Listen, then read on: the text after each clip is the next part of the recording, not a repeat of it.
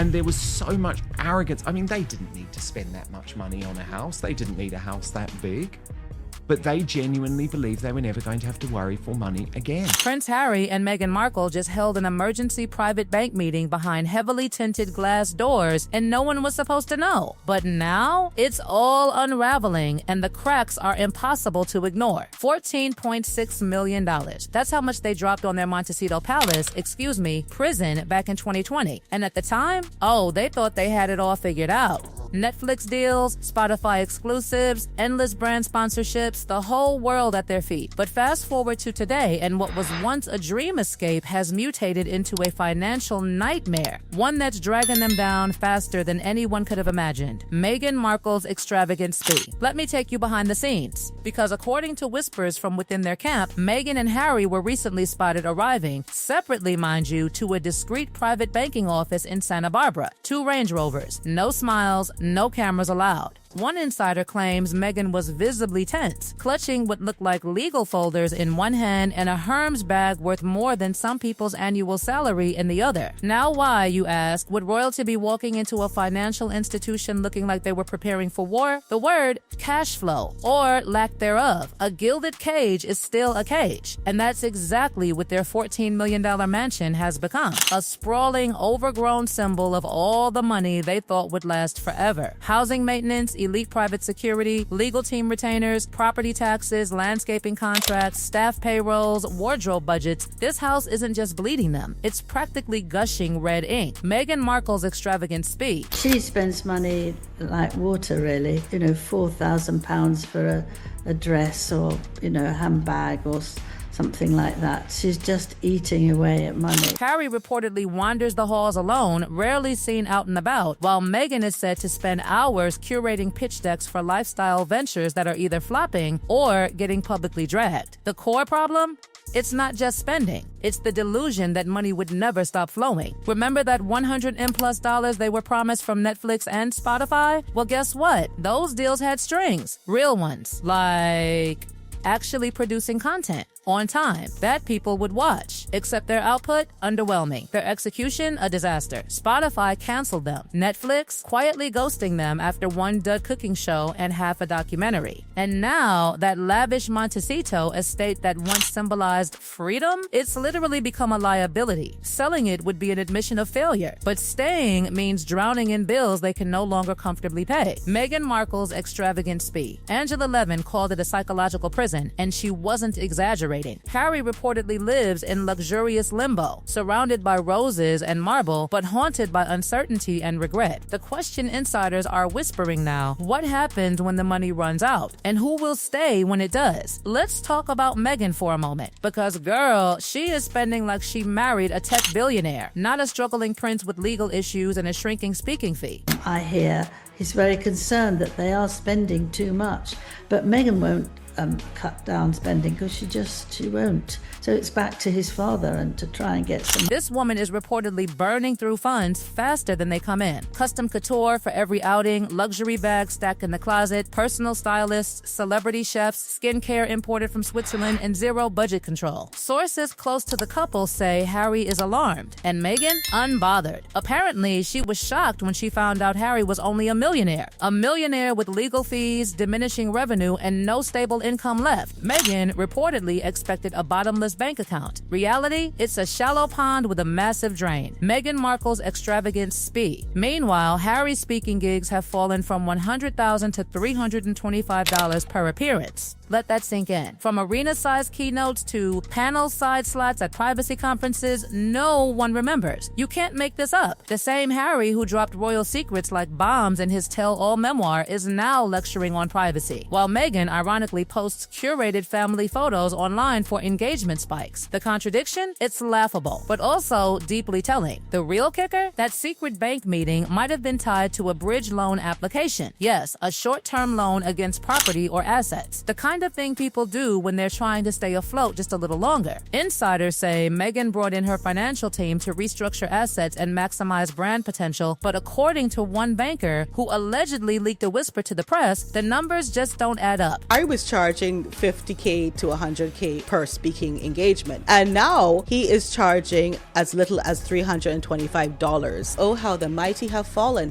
because he don't have no job. None of these people work. Her latest project? That infamous jam and spread bundle from the As Ever brand. You know, the one that looked like a Canva template made in 2009? Critics roasted it. And the $29 bundle? It costs $26 separately, meaning yes, buying them together actually costs more. Welcome to Markle math. And don't forget the candle scandal, because of course there's a candle scandal. Some customers received candles with no wick. You literally could not light them. $64 for a fancy paperweight. And when they asked for refunds, nothing. Just silence or a robotic replacement that may or may not come. Harry? Sources say he's exhausted, not from royal duties, but from the daily management of chaos, from calls with accountants, from awkward Zooms with PR advisors trying to salvage the brand, from tense budget discussions that allegedly end with Meghan walking out of the room. At this point, Meghan reportedly views budgeting as an insult. She allegedly refuses to cut corners because image is everything, which is ironic when you consider the growing number of influencers, commentators, and even former fans publicly dragging their entire empire as sloppy, entitled, and unprofessional. Meghan Markle's extravagant speed. And behind the scenes, according to one source, Meghan knows she's bleeding credibility and capital, but refuses to scale down. It's less about money, more about control and image. Let's not forget, Harry is now allegedly asking King Charles for help. Yes, the man who wrote a memoir calling his father cold and out of touch now wants that same father to bail them out. Again, one royal insider claims Harry is hoping the Bank of Dad might offer a temporary arrangement to help cover security costs or mortgage pressure. But the answer apparently was a polite no. Charles allegedly said he's done funding the circus. Meanwhile, Meghan is said to be drafting a list of UK demands for when she returns. Things like a full staff at Kensington Palace, eco-certified sheets, vegan-only kitchenware, Norland-trained nannies, and armored SUVs. Oh, and all at the royal family's expense. Let me repeat that. She wants the same institution she left and smeared on national TV to now host her like returning royalty and foot the bill for her preferences. As one royal aide reportedly said, she wants the perks without the platform, the crowns without the crowns. And it's that very mindset that insiders say is tearing this whole thing apart from the inside out. And while Meghan's lifestyle brand struggles to move inventory and Harry's bookings shrink in size and price, the walls are closing in. The cash is drying up. The illusion is fading. And if that secret emergency bank meeting is any indication, then we may have just witnessed the first real sign that the Sussex empire is imploding in real time. Let's get one thing straight. This is no longer just about money. It's about power, identity, image, and desperation. Because once you strip away the royal titles, the flashy Montecito address, the PR-crafted smiles, and the brand packaging, what you're left with is a couple scrambling to keep their heads above water. Not metaphorically, financially, emotionally, publicly. And the emergency bank meeting? Oh, that was just the beginning.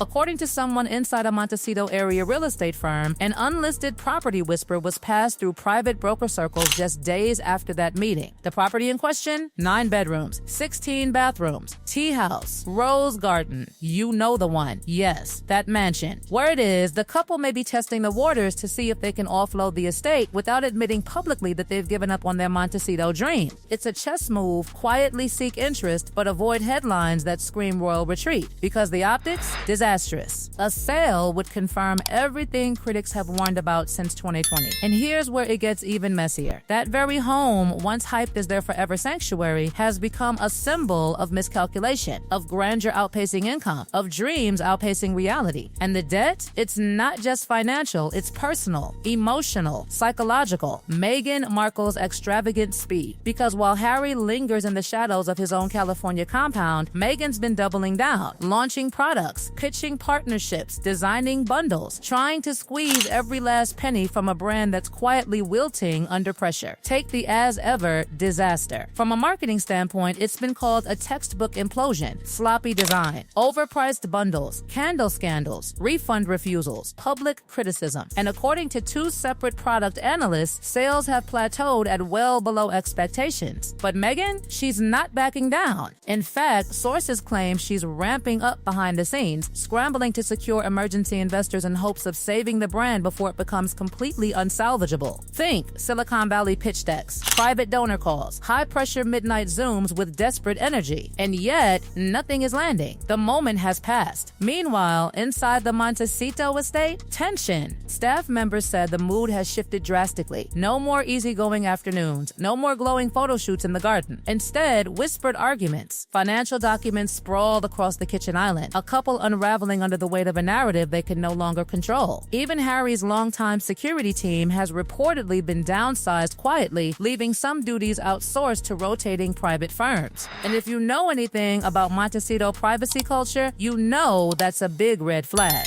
Because when a celebrity begins letting go of trusted protection, it's not just about money, it's about sacrifice. Sacrificing stability for survival. The story their mansion tells now isn't one of luxury, it's one of fear. Financial fear, social fear, and emotional exhaustion from trying to hold together an empire built on assumption and sparkle. Meghan Markle's extravagant speed. Let's not forget the Meghan versus royal family showdown that's still simmering. Because reportedly, Meghan's plans to return to the UK include a written list of pre-visit demands so outrageous, even royal aides are said to have laughed them off as fan fiction. She wants apartment 1A scrubbed, refurnished, detoxed, wants her chefs, her yoga instructor, her children's stylist, her own scent diffusers in every room, all while expecting the British taxpayer or the king himself to foot the bill. Royal insiders say these requests landed like a bomb at the palace, especially considering the damage she's done the Oprah interview, Spare, the Netflix doc, the podcast Digs, and now, after burning every bridge she wants back in for a weekend stay, the entitlement is jaw-dropping. Harry, meanwhile, remains caught in the most impossible trap of his life. On one side, a wife who won't downsize and won't step back. On the other, a family that won't forgive without a full public apology and a very long time out. He's stuck between the woman he abandoned everything for and the dynasty that once protected him. And the longer he hesitates, the fewer lifelines he has left. Sources close to the palace say King Charles is done, that after years of silent support and covert allowances, the monarch has closed the door. Harry's pleas for help are reportedly being answered with no response. And here's where it gets really wild. Because according to one unconfirmed but very juicy tip, Meghan recently had a closed-door consultation with a crisis PR strategist who reportedly told her, bluntly, the Sussex name is no longer a guaranteed seller. That's right, even Hollywood is pulling back. Major brands are hesitant. Producers are ghosting. No one wants to back the next Meghan-led venture only to watch it tank on social media again. The Spotify curse has become real. The as-ever collapse is a warning sign. So what's next? A new brand?